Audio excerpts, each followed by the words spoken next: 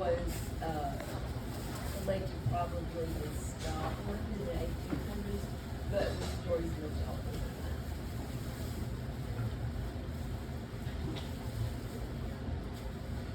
that. The king had a giant problem, and I don't mean just big, I mean tall as a tree, strong as a team of mules, and mean as a striped snake.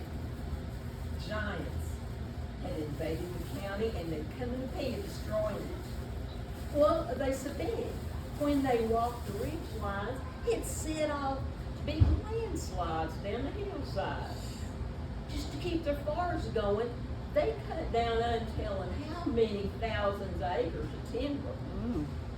Gouged big holes in the ground to get the coal out, and they had no scruples, nor a scruple did they have about turning up the country, nor taking things that was not theirs to take.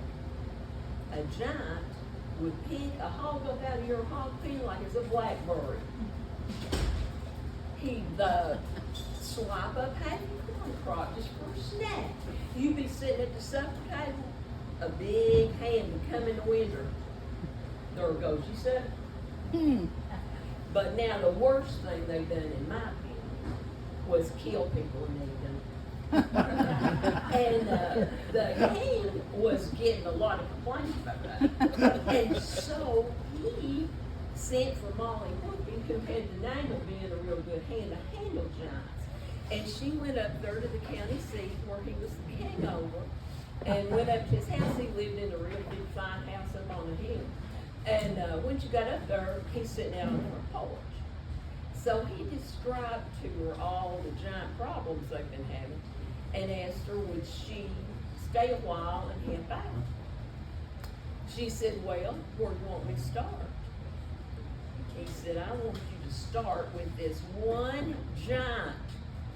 Now he said, this is my house here, I live here, but I also run the county right out of my house here. The elections and the courts and the roads and the school board and everything right out of my house.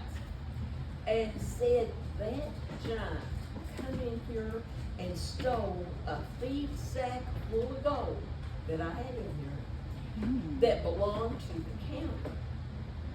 He come in and stole it. I don't know. You said you can steal it back? Molly said, well, I should try.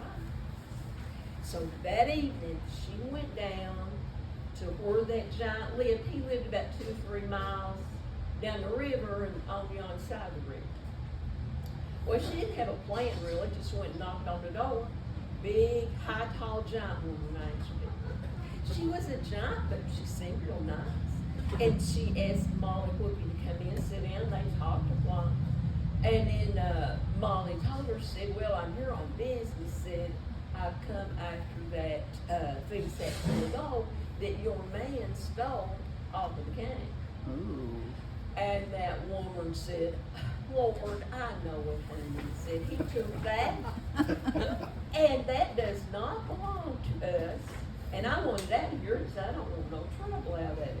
So you get that, take that back to the king, and you better go ahead and go, because if he comes in here, and he'll be back directly, if he comes in here and catches you, he will kill you and eat you. And Molly said, well, I might not stay real late then. So,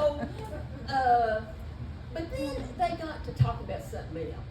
And sure in a minute then, that woman hollered, Lord have mercy, here he is already. Run hiding under the bed. And so Molly run hiding under the bed. And here he come in, a sniff in the air. Sniff in the air like he smelled something, you know. And he goes, fee, fi, fiddly-I-O. I smell somebody dead where to go. His woman said, hush, you don't smell nothing. But you just smell this good stuff right that's cooked for you. Now, hush talking about eating people. I get so tired of that. Said, you kill them, you bring them in here, and then I have to cook them. And I don't even like them. I don't like the taste of them. And the texture, there's something about the texture I don't like. So he sat down, hushed, they ate supper. Then they poured around a while, and then he said, well, I believe I'll count the money. Where is it? He never did know where anything was. But she said it was right over there where it always is. So he went and got that feed sack, dumped that feed sack out on that table, that whole tabletop covered with gold coins. Ooh. And then he began to just move them around, and he'd stack them up different ways and make little fences and forts and things out of it. Then he said, well, I believe I'll hit the hat. She said, well, put all that back in the feed sack first. He never did put anything back. And so he put it back in the feed sack, and then him and her went to bed and went to snoring. So then Molly Woody slips out from under the bed, slides out from under the bed, real hot, slips over there where that table is, that feed sack of gold on it, never made a sound. Picked up that feed sack and hurried towards the door, taking towards the door, you know. And if she didn't knock over a chair and hit clattered across the room, that child jumped out of the bed and hollered. Molly took out of there like she'd been shot out of a cannon. So, and she's running as fast as she can. He's going to come and catch her, but he has to put his breeches back on first and his boots. So that slowed him down, and she got a real good head start on him. But where he was a giant, he could take big, long strides, you know. So he caught up to her, just about 2 shakes of a sheep's tail, right down there at the little swinging bridge. You know that little swinging bridge, that real narrow little swinging bridge over the river there? It's got rotted out planks and everything in it, got rusty cable. Doesn't look like it'd hold a cat.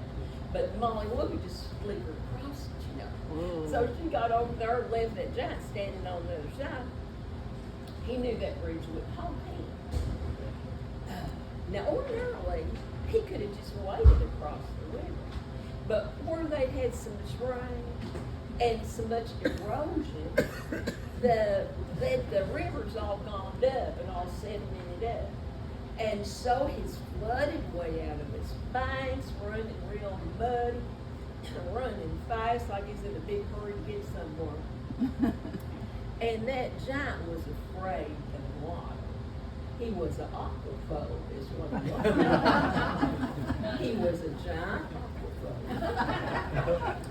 And then he hollered, well, you've got the golden gone, but I'll get you next time, Molly Woodby. And then he turned around and went back to the house, mad as far and cussing up a storm. So Molly Woodby ambled on up to the king's house, presented him with the things that pulled on, and he was very well pleased because he said the county needed that money bad for budget items like miscellaneous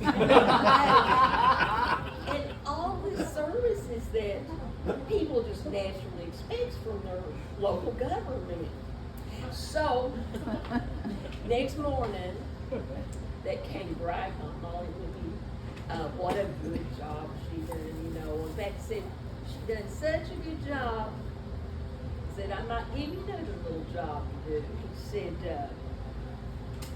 that same giant said he come in here and took a very valuable item off of me, and he said, now this was a personal item, my personal item, not a county item. It was a gold heart. Molly said, like Angel's place. He said, no, not like that, it's a mouth heart. No, he said it's a gold harmonica, and I used to love to sit and play that. He'd relax me. Molly, people don't realize how hard it is on me to be the king of this county. And so he said, but that giant come in here, stole that harmonica right out from under my nose. Do you think he would steal it back? She said, I can't try. So here she goes again, back down to the giant's house. knocks on the door, goes in, talks to the big, high, tall, giant woman, and then says, you know, I've come here after that golden harmonica that your old man stole off the cat. And she said, oh, Lord, I know it, honey. He took that for nothing in the world but pure meanness. He can't play that. It's too little. He has to have a great bed in the place. Sitting there, it's right over there on the shelf. You go over there, get that right now, put that in your pocket and take that back to the king. But then said, you better skedaddle because he'll be back directly. And if he catches you, he will kill you. You need. And so Molly went over there, got the harmonica, put it in her pocket. And then, but then they got to talk about something else. And then that woman looked at the window and hollered, Lord have mercy, here he comes. So Molly dove in under the bed again. And here he come, sniff, sniff, sniff, with that big nose, you know. Fee-fi, fiddly-ow. Oh, I smell somebody there. Where'd they go? Oh, hush, you don't smell nothing. But maybe some old rotten food crumbs stuck in your beard and mustache. You need to wash that. That's nice too. Sit down and eat, hush. So he sat down and eat, hush. And they eat their supper, and then they fussed and quarreled around a while, you know, for a pastime. And then he said, well, I believe I'll hit the hat. He liked to make a big announcement about it. And so then them two, they got ready to go to bed, got in bed, went snoring. Mom woke him, had a streak of mischief. And every once in a while he'd flare up. And so then, instead of getting out of there as quick and quiet as she possibly could, she pulled that harmonica out of her pocket and began to blow and draw a Yankee Doodle. And he didn't wake the giant up at first. He's dreaming a dream. He dreamt he's naked. And he couldn't find his clothes, and he couldn't find the room where they was giving the test at. And he's all the while being pursued by a murderer playing the harmonica. So then he woke up. So he woke his wife up too. And he said, "Did you hear that?" She said, "What? Yankee Doodle on the harmonica? No, I don't hear that." And he said, well, I do. And he stuck that big arm down under the bed and grabbed a hold of Molly Whoopie's arm as hard as he could and held it tight. Well, once she was scrunched up in under the bed like that, she couldn't hardly move. And all she could do was fight. Now, Molly had good teeth. Y'all need to take care of your teeth. She had good teeth. She bit down on his arm, and he hollered, drawed that arm back. He said, "She has bit a hunk out of me." He said, I believe she's drawn blood. Look at that right there. Does that look like blood to you? I think that's blood. And then it goes on about how he cannot bleed to death. And it's going to set up infection, spread throughout his entire body. How do we know she don't have rabies? And it's like, he's a bit of a hypochondriac. Well, he was a giant. And so his wife was trying to get him all calmed down and bandaged up. So while she done that, and Molly Whoopie slipped out of the house and run for the swinging bridge. And she had to get struck. But where he was a giant, all he had to do was take 3 giant steps, Mother May, yes you may, and there he was. So he come up on her, and she just like skid across the bridge like a squirrel, you know. Got over there, he's back on the other side. He said, "Well, you got the golden harp and gone with it." I said, "I'll get you the next time, Molly."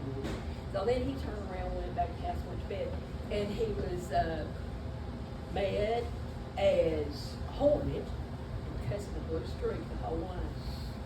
Molly Whoopie ambulated on up to the castle of the county there, and presented the king with his gold harmonica back, and he was tickled to death to get that back, and he sat up all night playing Polly Wolly Doodle all day. Then the next morning, he bragged on Molly Wookie aside what an extra good job she done that time, and I might have another little job for you. He said, that same giant, on top of all his other crimes, he's a chicken thief.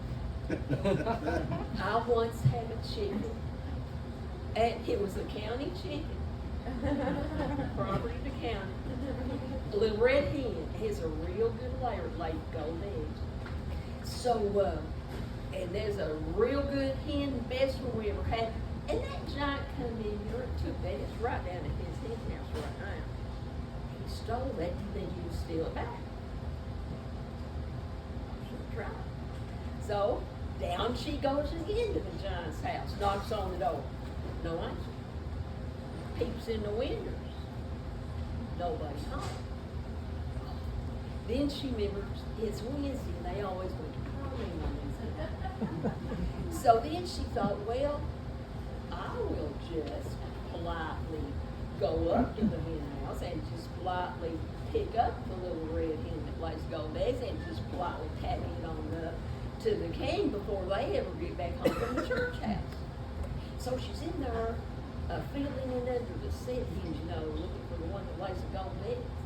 All of a sudden, bang! That smoke, that hen house door slammed shut. And then a voice outside said, I have got you know. Molly said, well, what are you gonna do with it? He said, do with it? I'm gonna kill you and eat you. What I'm gonna do with you? She said, well, that's up to you.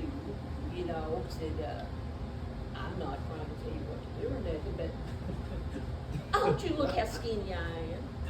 Look, that is not enough meat on me to make a good mess, and not hardly any fat at all. I don't believe I'd fry it good.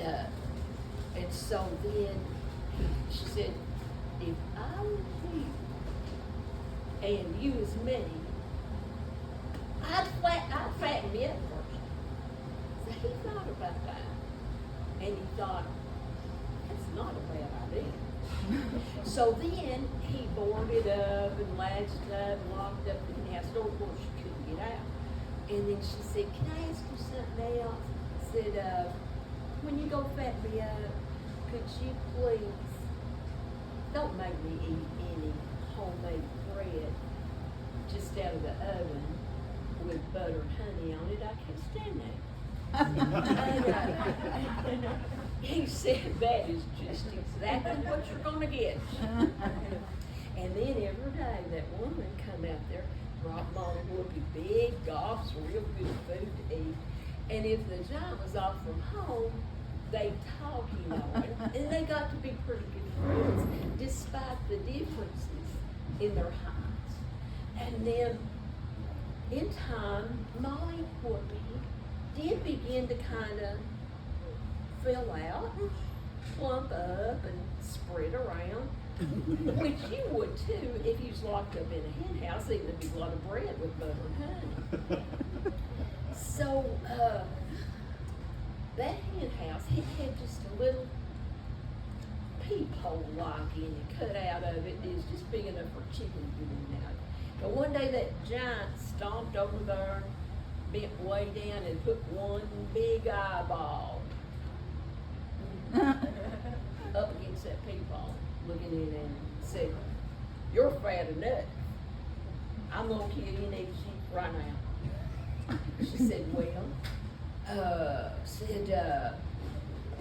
you know, I was just thinking, I mean, I'm just thinking out loud here, and I'm not trying to tell you what to do or nothing, because it's just all up to you when you kill me. It's your decision, totally, but but now if it's me, I'd want to invite some folks in for something, so they could see how I outsmarted the cat, and how I could put on a big good spread for people.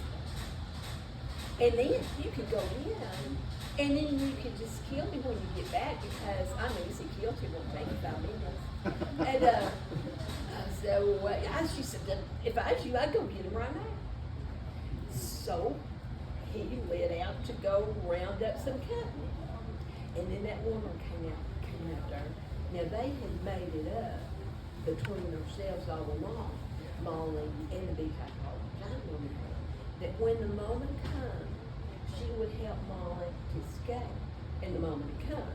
So that woman then unlatched and unlocked and deboarded the hen house door. Molly got the little red hen that laid the old eggs and lit out for the swinging bridge as hard as she could go. Well, she's just about down there when she seen him coming on the hill. Big gang of hangry giants coming right out. And, she run across the bridge real fast, just like a fat little deer, got over there, and then they's all clumped up on the other side, you know. Very, very disappointed to see their supper on the other side of a bridge and a river, neither one of which they could get across. So then they all begin grumbling amongst themselves about each other. And when they done that, something happened. Something happened where that group of individual giants merged and coalesced and aggravated themselves into a mob. And when they done that, a principle emerged, the emergence principle, which in this case meant that as a mob, the whole of their stupidity was greater than the sum of all their individual stupidity. So now, when they looked at that little swinging bridge, they said things like, "I believe it'll hold us. I think we ought to cross it. I do too. Let's go." So here they go across the bridge. And then another principle kicked in, which has something to do with how many giants a bridge will hold before it collapses the bridge. So here they go in the river, and they're all bobbing and eddying, flotsaming and jetsoning, and thrashing around, hollering, mad as wet hens, every one of them. And here they go down the river, down the river towards Pineville. And they're getting littler and littler, and then there's tiny little dots on the river, and then they're gone. Well, then Molly Whoopi perambulated and barricaded up to the palatial residence and presented the king with a little red hen laid gold eggs. And he's so happy he's about to bust, because he said that little red hen represented the county's most sustainable revenue stream. And he did not really know how other counties managed if they didn't have a little red gold egg. So the next day, he bragged on Mom Whoopi till she wished that he would hush bragging on her and pay her so she could go back home. And then he said, "For your reward, Mom, I'm going to let you marry my boy. He's a prince of a fella, and then you be a princess." Molly thanked him. But she said, "I'm not much interested in getting married right now. I'm really much more interested in pursuing my career in giant control and management." And said, "If it's all the same to you, I'd rather draw my pay in cash money." So then Molly finally got to go back home. She used some of that money for some real much needed repairs on the old home place. And then, that's the end of that one. But that's just